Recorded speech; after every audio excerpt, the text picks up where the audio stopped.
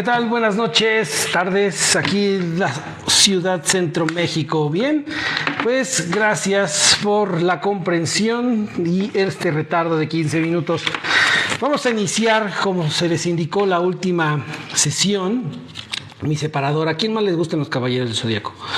Sobre la última enseñanza de Sócrates. ¿Qué tal, Vladimir? Excelente tiempo el que dedicas acá. Vamos a invertirlo para que sea de provecho tu tiempo que me estás dando.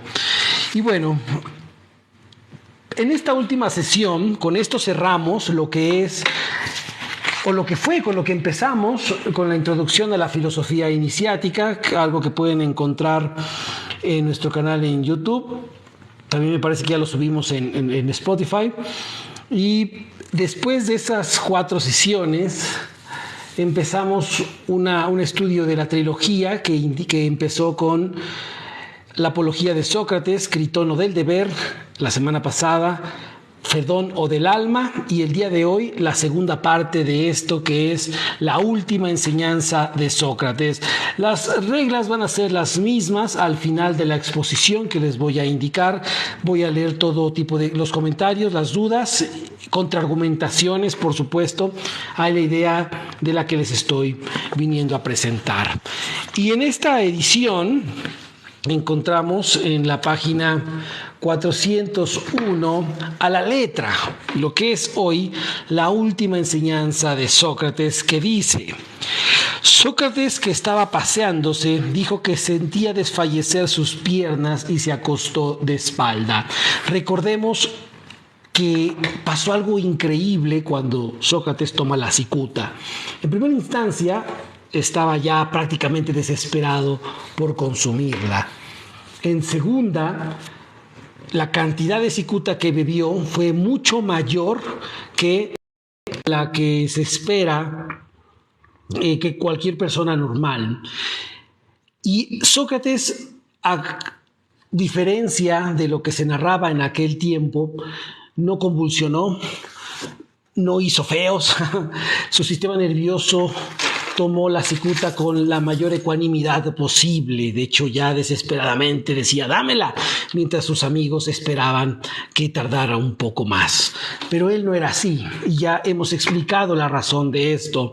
Para las personas que son nuevas, revisen por favor Fedón o del alma para comprobar, acorde a los argumentos de Sócrates, la inmortalidad del alma y por qué Sócrates estaba tan ecuánime al momento de morir, que eso lo vimos en el en vivo pasado.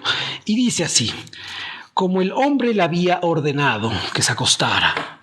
Al mismo tiempo, este hombre que le había dado el veneno se aproximó y, después de haberle examinado un momento los pies y las piernas, le apretó con fuerza un pie y le preguntó si lo sentía. Sócrates respondió que no.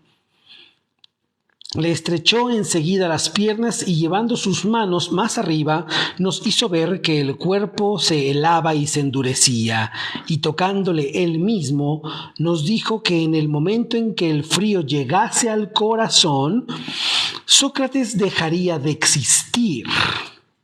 Ya el bajo vientre estaba helado, y entonces, cubriéndose, porque estaba cubierto, dijo...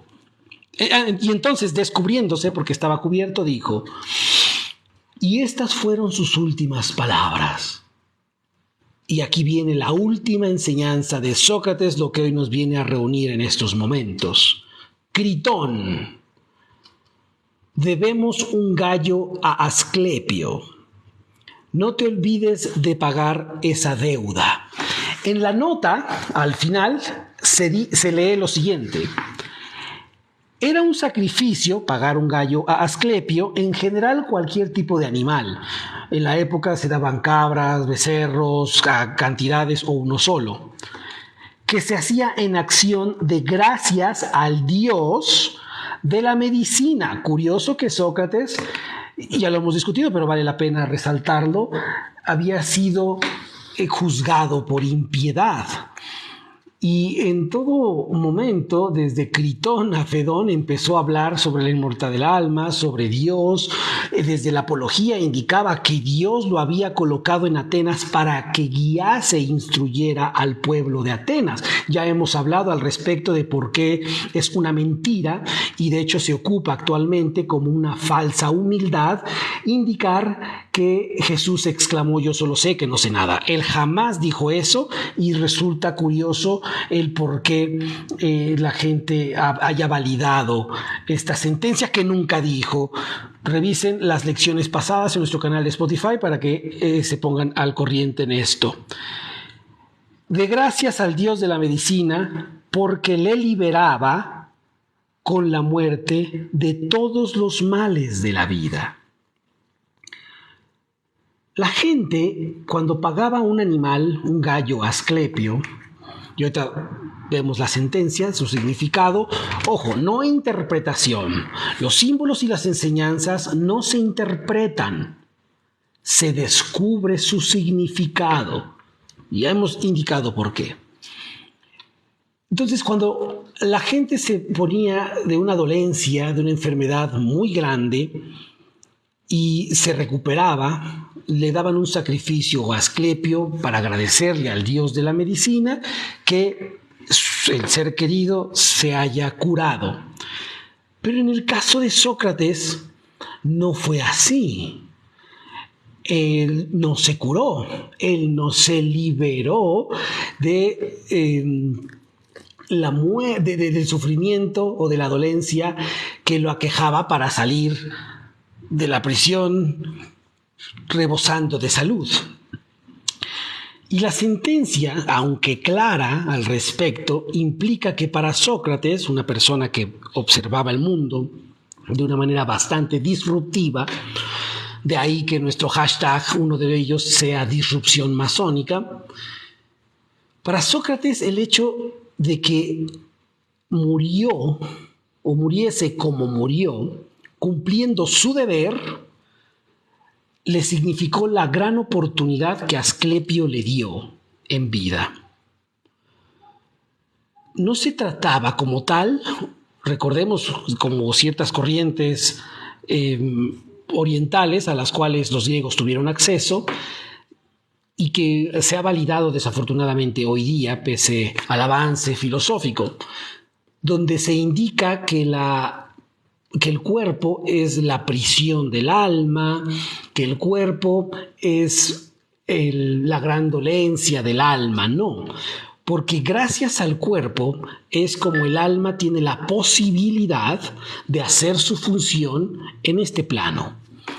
Y entonces, para Sócrates, pagarle un gallo a Asclepio, fuera de significar que lo curó en el sentido material, lo curó por gracia de la comprensión de todo sufrimiento mundano. Así entonces, Sócrates, como lo indicaba en Fedón, en capítulos pasados, decía que él iba a tener la oportunidad de comprobar si efectivamente sus disertaciones de los distintos argumentos sobre la existencia del alma son verídicos o no, a razón de que iba a desencarnar. En este caso, ya no deberíamos hablar de morir, a lo mucho fallecer, sino de desencarnar. Asclepio, como dios de la medicina, se encarga de curar, pero mientras el común denominador de la gente piensa que se cura el individuo de patologías biológicas, psicológicas, Sócrates en su última enseñanza indica que lo cura por la comprensión que le permite dar continuidad a la existencia, no tanto la vida, sino la existencia. En la sesión pasada les dejé una frase que les indiqué que anotaran y encontraran su significado. La frase dice: La vida existe por la muerte existe por la existencia existe por el ser y el ser existe por sí mismo. Si alguien hizo la tarea, escriba en los comentarios el significado de esta sentencia. De tal manera que para Sócrates lo que la gente llama morir o fallecer era o es más bien, si el individuo hizo su deber, si depuró y rectificó, si hizo valer su vida, 1, no implica que muera. 2, implica que tiene la oportunidad de curarse de las limitantes mundanas. Para él ya no iba a haber, de hecho ya no había, sufrimiento por el cual lamentarse. Recordemos que al inicio de Fedón, Sócrates corre a su familia y a las personas que llorando amargamente no comprendían la función de Sócrates y los corre y les dice: Critón, llévate a estos llorones de aquí, a sus hijos, a su esposa, quedándose únicamente con la gente que quería encontrarse con la última enseñanza de este hombre. ¿Sale? Y dice: así lo haré, respondió Critón, pero mira si tienes alguna advertencia que hacernos. Critón, sabedor de lo que es estar a un lado de la muerte de un maestro, le pregunta a Sócrates: dime qué estás experimentando. Para Critón no había lágrimas que valieran en ese momento, sino lo que Sócrates les enseñó toda su vida, el cuestionamiento constante. Critón lo entendió. En vez de decirle: pobrecito Sócrates, te extrañaré, etc., al final lo entendió.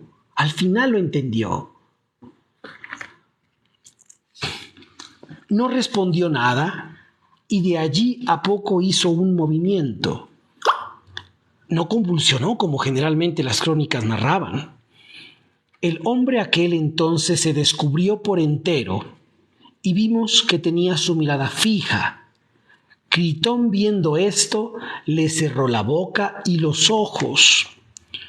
Es fundamental que si llegasen a tener contacto con un maestro, no un instructor o un profesor como un servidor, sino con un maestro, no con un título, sino con un maestro, y si tiene la oportunidad de estar en sus últimas horas, como ha habido registro de grandes maestros del mundo, Yogananda Paramahansa, Swami Prabhupada, Ramakrishna, entre muchísimos otros, por nombrarlos, Krishnamurti, por nombrar los más contemporáneos y no quedarnos siempre con el Maestro Jesús, con el Buda, porque debemos ser, en Sangre Masónica transmitimos la importancia de estudiar lo contemporáneo y no vivir en idealizaciones pasadas. Sí, fueron grandes maestros, grandes instructores, pero al quedarnos siempre con la idea de solo hablar, de solo investigar, de solo transmitir cuando ya nos toque transmitir a los demás,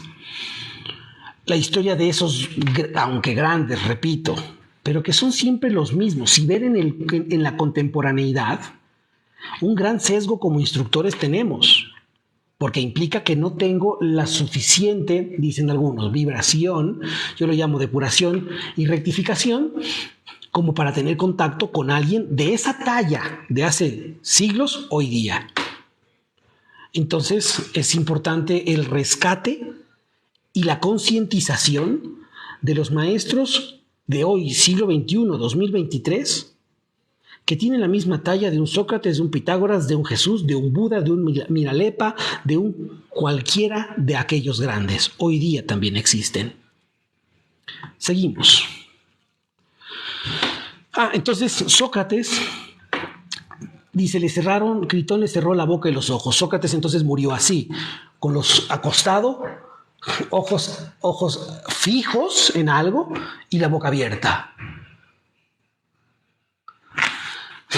Simbólica la posición, simbólico, trascendente más bien, el hecho de que haya muerto o desencarnado, sin violencia a causa del veneno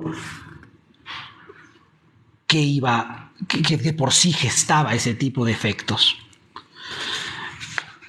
He aquí, Hecatres, ¿cuál fue el fin de nuestro amigo, del hombre? Y podemos decirlo, que ha sido el mejor de cuantos hemos conocido en nuestro tiempo. Y por otra parte, el más sabio, el más justo de todos los hombres. Nunca se refirió a él como maestro. Debemos entender el pensamiento griego a este respecto. Debemos evitar idealizaciones banales a esta cuestión. He aquí nuestro amigo, el más sabio y más justo de los hombres. En Critón, Sócrates precisamente, cual rugido de león, indica eso, que él es el más sabio de Atenas, que él vino con la misión de instruirlos. Y solo en su lecho de muerte, de desencarnación, estuvieron los más allegados en cuanto a comprensión, no en cuanto a emociones o sentimientos, los más allegados en cuanto a la ley y la enseñanza que Sócrates vino a transmitir. En su momento hablábamos de una comparación que tiempo después, cuando Jesús indicó: ¿por qué lloras, mujer? Ahí está tu hijo, hijo, ¿por qué lloras? Ahí está tu madre. Y cuando en su momento también a Jesús le indicaron: Jesús, ¿por qué no estás con tu familia? Y él replica y contraargumenta: ¿qué dices? Pero si mi familia son quienes están conmigo. Sócrates aplica este mismo principio varios siglos antes. Bien. Pagar un gallo a Asclepio. Sócrates comprende que desencarnar con el entendimiento necesario de lo que es hacer el deber es la cura a todo mal mundano. Genial, queridas mentes. Vamos a ir viendo los comentarios, dudas, contraargumentaciones que puedan existir respecto a esta cuestión. Y sobre esta misma, diferentes tipos de reflexiones prácticas debemos ir operando sobre lo que implica ser maestro. Sócrates, no instructor, no profesor, sino maestro. Sócrates es el gran arquetipo. Bueno, este es Platón. Sí, es Platón. Sócrates, por eso es que hay filósofos presocráticos, por eso hay un antes y un después de Sócrates, por un ejemplo de vida, por una cuestión de contundencia en cuanto a cómo buscar las disertaciones que te permiten comprender el por qué y el cómo. Bien, dice aquí, déjenme leer sus comentarios. Me voy a centrar en preguntas. Gracias a todos los que están saludando. Tiene mucho que creció. ¿Quién tiene mucho que creció? Ahora, inicio. Ok, sé bueno, es el único secreto. Sé bueno. Prabhupada. Sí, veamos, analicen cómo desencarnó él. Fue increíble ese hombre y cómo llegó a Occidente. ¿Por qué lees como padrecito? No lo sé, supongo que es mi personalidad, quién sabe.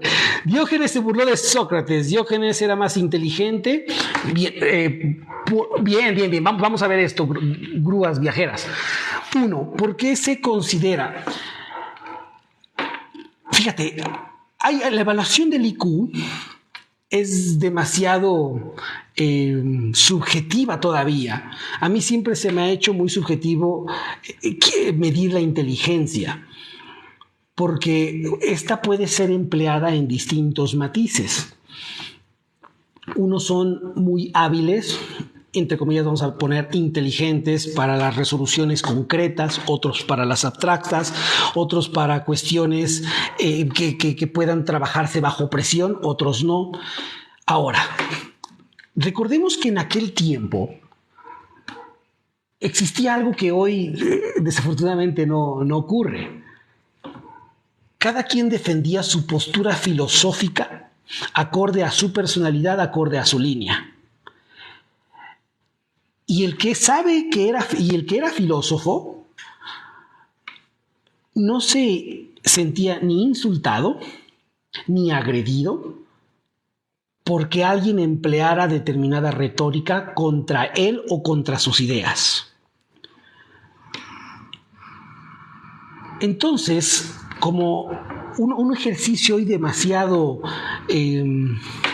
olvidado es precisamente que la gente contraargumente las ideas del otro de forma irónica, como lo hacía Sócrates, o como forma burlona, como lo hizo Diógenes. Diógenes también, analicemos cómo murió. Es importante, y hago mucho énfasis en observar cómo mueren los maestros o cómo mueren los instructores, independientemente del rango, de la jerarquía, etc. Es importante que ustedes empiecen a indagar cómo vivieron. No nada más centrarse en el mensaje que transmitieron, porque debemos buscar una congruencia entre mensaje y mensajero hoy más que nunca, siglo XXI, donde hay muchísima gente ávida de inteligencia para embaucar. Y que te hace clic un mensaje y que lo sigues y que estás en cursos o talleres o en su línea de trabajo o siguiéndolo en redes sociales, pero cuya congruencia en su vida dista mucho de lo que es un maestro. Y darle fuerza a esas personas es realmente arbitrario y una falta hacia con la ley y con la enseñanza. Es fundamental, entonces, evitar que la gente siga solamente al emisor por el mensaje. Tiene que validar también la congruencia del mensajero. Ahora entonces, yo no indicaría que Diógenes es más inteligente por burlarse de Sócrates. Debemos analizar el contexto y el diálogo que existió. Y tampoco se trata de ver quién ganó, porque en la dialéctica no se busca ganar, se busca la obtención de la esencia del tema por el que se están reuniendo o se está discutiendo. Saben bien que yo trabajo mucho con la especificidad de los conceptos, trato de ser muy específico en eso. No es lo mismo decir amar, querer, hogar, casa. Y asimismo hay palabras que se han tergiversado demasiado y que debido a eso la gente tiene programaciones y formas de conducir inadecuadas en la vida. Hay quien se enoja porque le digan estúpido, pero si analizamos la etimología de la palabra estúpido, no es un insulto. Hay quien se enoja cuando escucha la palabra religión, pero si analizamos filosóficamente lo que es religión, nos damos cuenta que están validando, se enojan por algo que es completamente ajeno al significado verídico de la cuestión. Y aún así esa gente dice ser buscador de la verdad. Si con un concepto les causa conflicto, ¿creen ustedes que puedan con sistemas más complejos de pensamiento? Bien, seguimos. Sócrates murió de esa forma, no violenta, porque el veneno que ingirió causaba parálisis, efectivamente, pero le dieron más veneno del acostumbrado. 2, sí había registros en que la cicuta causaba en casi todos, convulsiones. Hubo gente que no se supo cómo morir, qué efectos tenía. Pero a la cantidad en cómo había ingerido ese veneno, tuvo un efecto muy diferente en Sócrates que la inmensa mayoría. Padre Ramón, Diógenes vivió con la filosofía de despojarse de todo únicamente bien. Es importante cuando hay crítica, esto provoca una mayor amplitud de conocimiento. El problema es que la gente se engancha, que ese fue el grave problema. La mayéutica irónica, ¿no? Cuando Sócrates te decía que estabas pendejo sin decirte que estabas pendejo, él provocaba mucho. Hería la personalidad del individuo, no con intenciones de provocarle un trauma o hacer menos a la persona, sino era su manera de desenmascarar la hipocresía y el falso conocimiento que la gente validaba y pregonaba por todos lados. La personalidad de Sócrates es influenciada, por supuesto, por su genio, por su daemon, le hacía hacer la crítica de tal manera que el falso maestro perdiera el equilibrio. Y eso es lo que le valió los diferentes enemigos que tuvo a lo largo de su vida, lo que le valió el juicio, ¿sí? Y hoy día seguimos igual, desafortunadamente. Hay mucha gente que no sabe debatir, que no sabe recibir ni dar crítica, que en redes sociales, por ejemplo en TikTok, cuando tú decides hacer un contenido, de entrada ya estás exponiéndote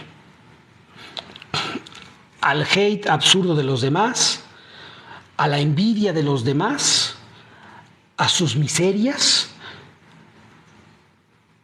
y buscarán muchos atacarte.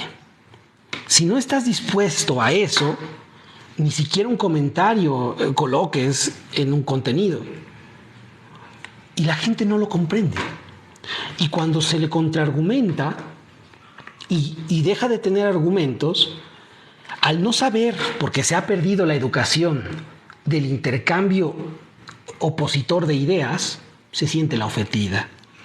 Le sale lo niño de cristal. Bien. No lo considero como un pleito. Ambos fueron muy grandes filósofos, quizás uno más astuto que otro. Bien. Bien. Saludos a Guanajuato, Ronaldo. Te quedó genial el macramé. Bien. Sí, está chido. Bien. Bien, queridas mentes. Sócrates es un arquetipo para la línea que yo transmito. Es un molde, no a seguir, a vencer, a romper. Resulta muy curioso que hoy día la gente está más instruida, tiene acceso a más información, a mayor tipo y más intenso de poder asimilar determinados estudios. Hoy se ha comprobado que el analfabetismo realmente no es el problema. Con el trend donde muchos se autovictimizan y se autoconmiseran, de rosa pastel, donde la gente invierte en editar un video, invierte en ponerle la musiquita, y te dice, 2020, yo salí de medicina con todas las ganas del mundo, hoy atiendo tacos, o tengo un puesto de memelas, y la gente está triste. Pues Sócrates nos enseña algo interesante, que no es los grados académicos, sino precisamente la posibilidad de discernir que tienes para tomar las diferentes posibilidades y tener un cumplimiento del deber. La filosofía es un marco de referencia muy importante para cualquier ser humano a cualquier edad. Hoy se ha quitado la filosofía de la currícula académica. Yo todavía me tocó recibir filosofía en secundaria y el último grado de preparatoria, pero se ha perdido demasiado. Y se ha caído también en lo que es la filosofía en muchos aspectos metafísicos absurdos. Debemos comprender que la metafísica es una rama de la filosofía. Aquel que se diga ser metafísico es porque sabe de filosofía. Y las cosas se han tergiversado y diluido demasiado, que se piensa que al leer un libro de metafísica o porque diga arriba metafísica se está leyendo metafísica, cuando en muchos casos, y vamos a comprobar con el análisis que viene de lo que es este libro tan sobrevaluado, exagerado y lleno de sofismas, aunque tiene algunos aciertos, el famoso Kybalión. Para mí el Kybalión es el análogo a cualquier libro de Coelho. Y si hago estas declaraciones para provocar, por supuesto. Y vamos a comprobarlo. Porque Sócrates enseñó que no necesitas saber de información exótica, de emplear palabras extranjeras, curiosas o propias del ocultismo. Sócrates demostró que con la alta dialéctica de tu lenguaje, donde hayas nacido, es más que necesario para ser feliz. El objetivo del filósofo, dice. Así entonces replanteemos nuestros estudios iniciáticos que estamos realizando, o entre comillas espirituales. El título que se le dio al inicio de esta serie de charlas se llama Introducción a la filosofía iniciática. Pero el calificativo de iniciático es únicamente para vender, como para llamar la atención.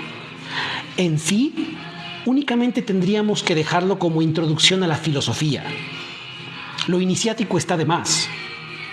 Pero la gente hoy la tienes que llamar con espejitos para poder contribuir a erradicarle un falso conocimiento. Por ello es demasiado arbitrario si somos iniciados o pertenecemos a alguna organización iniciática como la masonería, como el yoguismo, el budismo, que el budismo funciona en dos vertientes, lo iniciático y lo público, y el creernos iniciados y en serlo verdaderamente. Yo conozco muy bien la institución masónica, pero no conozco la masonería. Me falta todavía muchísimo. Pero al haber un mamaceo desmedido, desbordado, al emprender estudios exóticos fuera de tu lenguaje comprensivo, empezar a hablar con términos sánscritos, con términos hebreos, realmente no te lleva a comprender la existencia para la operatividad de lo que te corresponde. El lenguaje el lenguaje ateniense, griego, con el que Sócrates se expresaba, fue más que suficiente. Él no necesitó meterse en enseñanzas externas a su línea de trabajo, pese a que tenía contacto muchos filósofos de aquel tiempo con conocimiento en lenguajes orientales. Hicieron la correspondiente analogía a su idioma donde debían expresarse. Entonces debemos, como instructores, depurar demasiado la forma en la cual transmitimos la información a la gente que confía en nosotros para poder conocerse o acercarse a dicho objetivo. Grúas viajeras, ¿desea aprender más? ¿Seguirá instruyendo nuestra mente o solo esta inducción? No, de hecho, desde nuestro canal de YouTube, Masonería Operativa, y nuestro canal en Spotify, hacemos lo conducente para la gente que no quiere pertenecer a sangre masónica, pero que le gusta o que vierte o que tiene, por lo menos encuentra utilidad en lo que yo les expreso. Y como les comentaba al inicio, la próxima serie de instrucción se va a tratar sobre ese libro tan sobrevaluado que es el Kybalión. Así que, queridas mentes, pónganse a estudiar primero filosofía, pero filosofía gorda, de la buena. Métanse a cursos, talleres. A mí me encanta la doctora Ana Minecán. Es una youtuber que tiene su Patreon también. Yo estoy inscrito en ese Patreon. Es una joya de mujer, esa persona, con un conocimiento, una manera de transmitirte el conocimiento muy sencillo, muy puntual, muy seducible en cómo te transmite y te contagia el interés por la filosofía. Cada cosa a su edad. Hay muchas que con el tiempo se entenderá su significado. Así es, y eso es el proceso de madurar. Y por cierto, la madurez no tiene nada que ver con la edad cronológica. Eso es algo muy interesante que la gente también debe comprender. Queridas mentes, nos vemos en nuestra siguiente sesión la próxima semana, dando los primeros inducciones a lo que es la próxima instrucción sobre, en este caso, el Kybalión. En verdad que el Kybalión viene del libro La Espada de la Vida. Vamos a descubrirlo y vas a entender lo manipulado que está ese libro, lo sobreexagerado que está ese libro. Y lo interesante es que vamos a argumentarlo con distintos planteamientos. ¿Dónde puedo aprender más? Pero quiero aprender más, me gusta lo que comente, quiero saber más sobre qué, sobre esta línea, directamente con nosotros. No sé si se has iniciado o no en masonería, pero visita nuestro patreon.com, línea masonería operativa, o en nuestro canal en YouTube, Masonería Operativa 33, y ahí tendrás la información, o escríbanme a mi Telegram particular, @otepsaid me encuentro. Muchísimas gracias, no les quito más su tiempo, y recuerden, ser leones en la tierra y águilas en el cielo. Hasta luego. Que dice, cuando pregunté de masonería me dijeron que lea el Kybalión. Perdón, te pido perdón, Rodrigo. A nombre de quien te haya dicho eso, perdón, cabrón. Hay hermanos que piensan que el Kybalión en verdad lo describió Hermes o sus discípulos. Perdón, cabrón. Hasta luego. ¿Cómo poder pensar a la logia? Envía dirección @masoneriaoperativa.com. Ahí te dan informes. Sí, otepsaid, @otepsaid. Bien, muchísimas gracias. Quedo al pendiente. Adiós.